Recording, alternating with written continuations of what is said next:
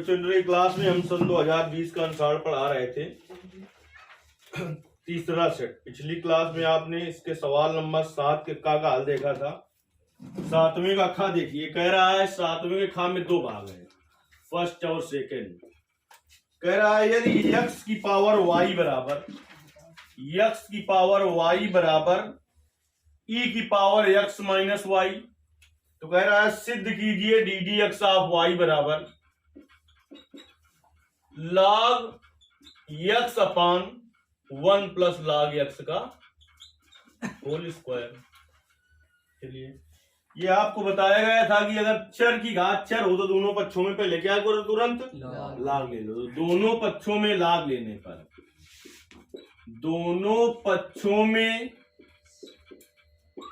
लेने पर, जब लाग ले लोगे तो क्या हो जाएगा, देखिए log x की पावर y बराबर log e की पावर x माइनस वाई। तो log m की पावर n क्या होता है, n log m, तो हो जाएगा y log x बराबर log m की पावर n log m, तो x माइनस वाई और log e। बेस में कुछ ना हो तो क्या होता है e, और log e बेस e का मान कितना होता है एक, तो क्या आ गया y log x बराबर x माइनस वाई। अब इसको डाल दें समीकरण नंबर 1। दोनों पक्षों का क्या करें, दोनों पक्षों का x के सापेक्ष, या लिख दें समीकरण 1 के दोनों पक्षों का x के सापेक्ष अवकलन करने पर। कर दीजिए अवकलन। समीकरण 1 के दोनों पक्षों का x के सापेक्ष अवकलन करोगे, d d x of y log x बराबर d d x of x minus Y.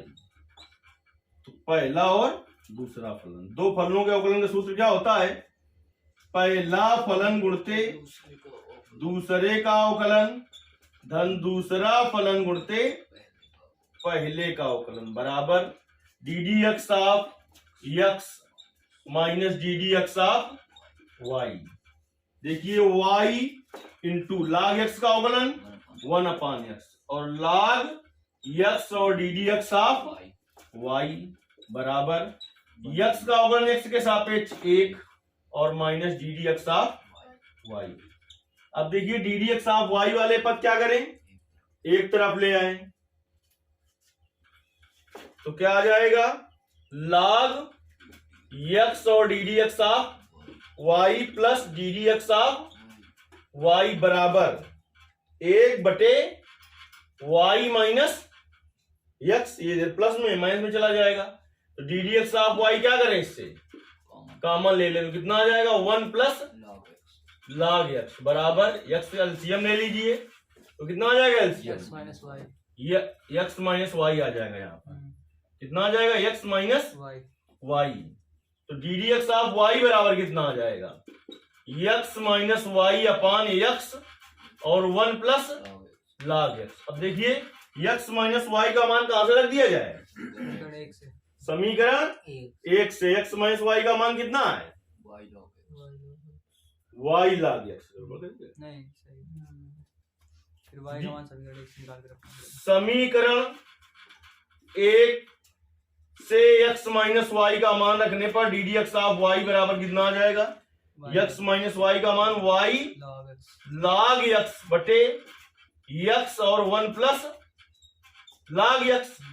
अब देखिए समीकरण 1 से का मान निकाल लें, y बटे x का y, समीकरण 1 से y बटे x, y 75 कर लो, इसको इधर ले आते हैं। देखिए समीकरण 1 से क्या हो जाएगा, समीकरण 1 से y log x plus y बराबर x, y कॉमन ले लो तो 1 प्लस log x बराबर x। तो y बराबर x बटे 1 प्लस log x, या y बटे x बराबर निकाल लीजिए पूरा मान, चाहे ये रहने दो। D d x of y बराबर y का मान रख दीजिए, कितना निकला है, x बटे 1 प्लस log x और 1 प्लस log x पहले से था, x भी था नीचे x भी था, और यक्स था पहले से, यक्स यक्स कट गया, क्या आ गया ऊपर, log x log x। तो log x बटे इसका इसी में गुणा करेंगे, क्या हो जाएगा, स्क्वायर तो log x बटे 1 प्लस log x का होल स्क्वायर। Whole square. ये इसका हो गया 8वें के खा का फर्स्ट पार्ट। सेकंड पार्ट देखते हैं। देखिए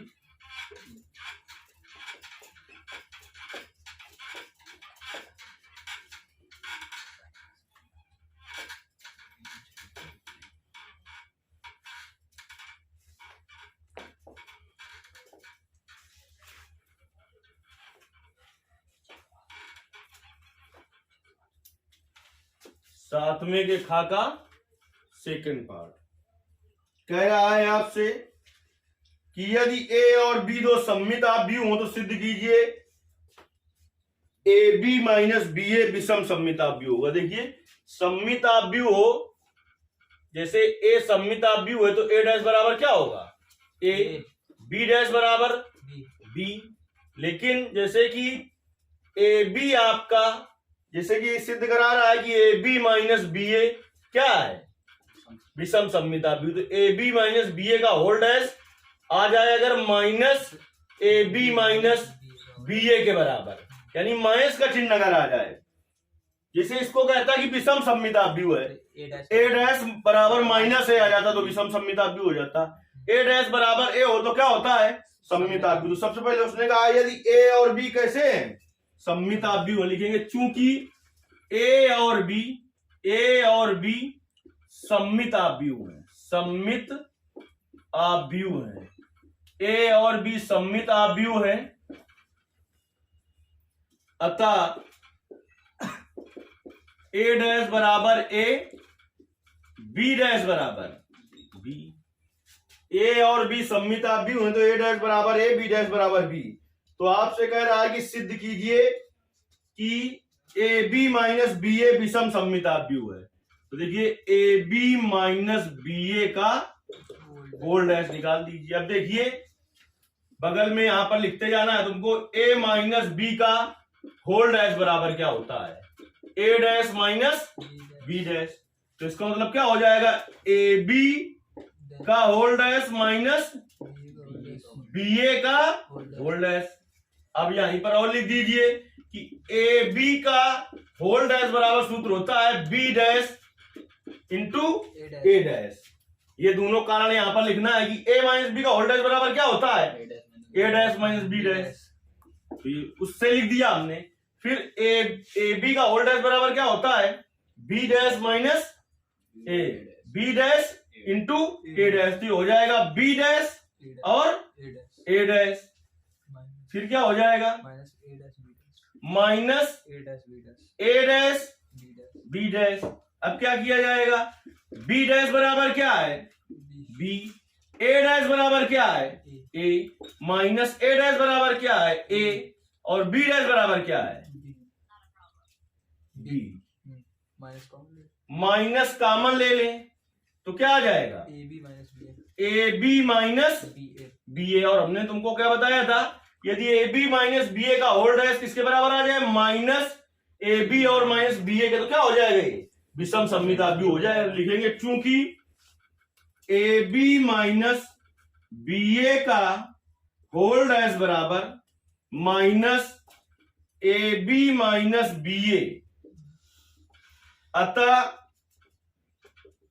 ए बी माइनस बी ए कैसा, विषम सममित आव्यूह है। A B minus B A क्या है, विषम सममित आव्यूह है। चलिए सातवें का दोनों भाग हो गए। अब देखते हैं आठवां सवाल।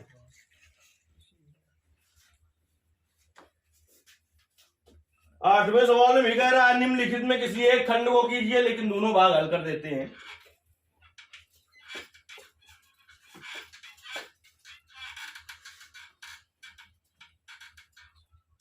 का नंबर प्रश्न कह रहा है उस क्षेत्र का क्षेत्रफल ज्ञात कीजिए। बहुत बार सवाल लगवा चुके हैं। उस क्षेत्र का क्षेत्रफल ज्ञात कीजिए जो x बराबर 0 एवं x बराबर 2 पाई के मध्य वक्र y बराबर cos x से गिरा हो। देखिए cos x और sin x दोनों का आंसर एक ही आता है, लेकिन वक्र का काम है, इसमें दोनों का वक्र अलग अलग होता है। आंसर आप निकाल दें तो उसको सही नहीं माना जाएगा अगर गलत बना दिया है आपने। वक्र cos x का दूसरा बनता है और जो cos x का वक्र होता है वो y x से शुरू होता है और sin x का मूल बिंदु से शुरू होता है। x डैश y डैश, ये देखिए हो गया आपका मूल बिंदु 0,0, तो यहां से शुरू होगा और कहां तक जाना है, 2 पाई तक जाना है। तो देखिए यहाँ पर तो आपका मूल बिंदु हो गया, यहाँ पर क्या हो गया π/2, आधी साइकिल और तय की तो π/2 और π/2 क्या हो गया पाई, फिर इसमें π/2 जोड़ो 3π/2 हो जाएगा और आधी साइकिल तय करेगा तो 3π/2 में π/2 जोड़ो 2 पाई हो जाएगा। क्या हो जाएगा 2 पाई हो जाएगा। देखिए फिर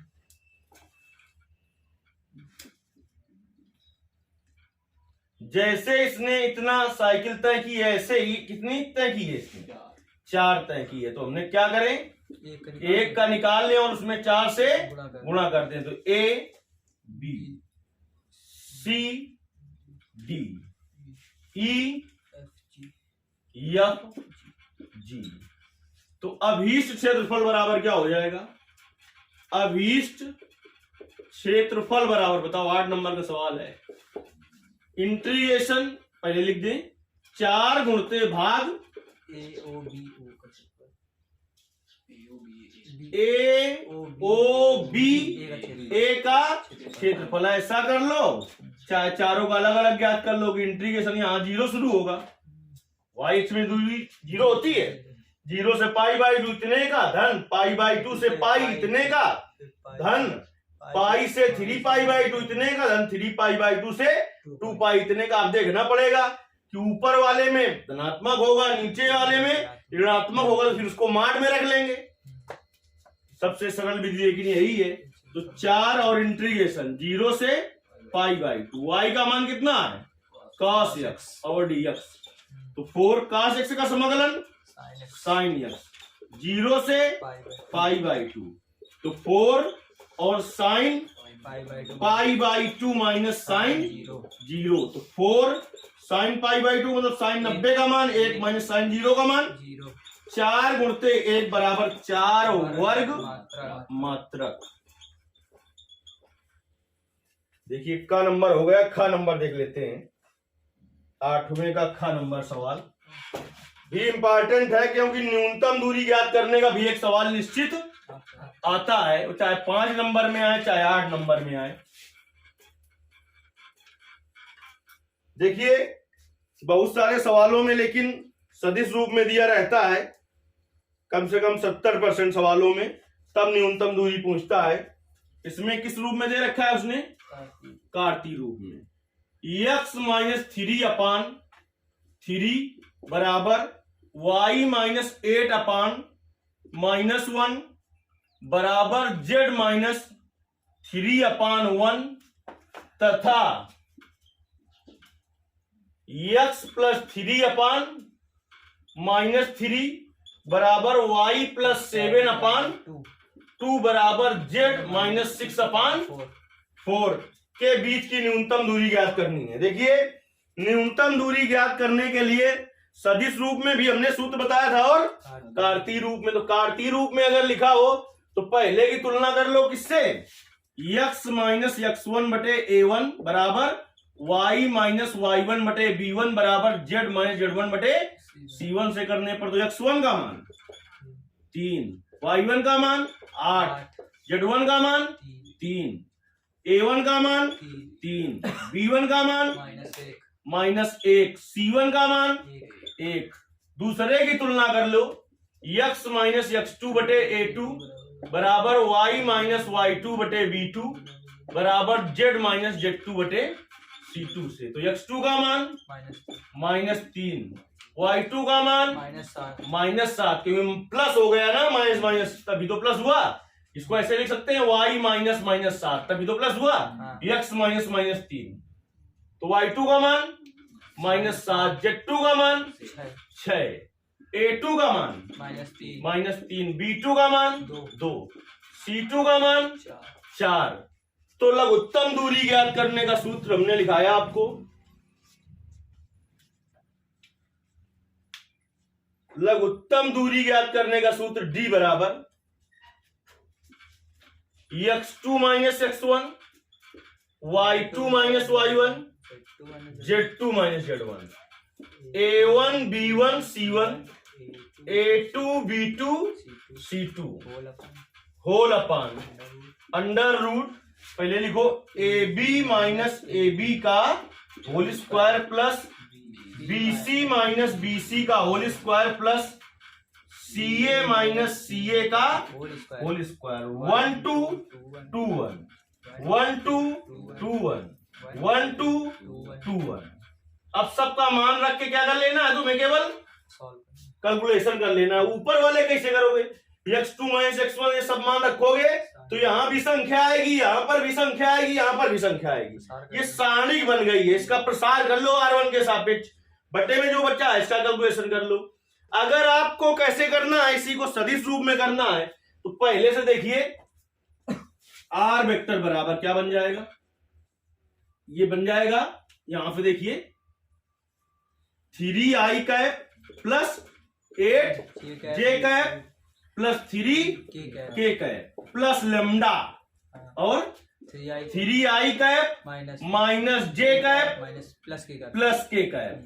तो पहले वाले की तुलना कर लो, r वेक्टर बराबर a1 vector plus lambda b1 vector से, तो a1 वेक्टर बराबर क्या आ गया 3i cap plus 8j cap plus 3k cap.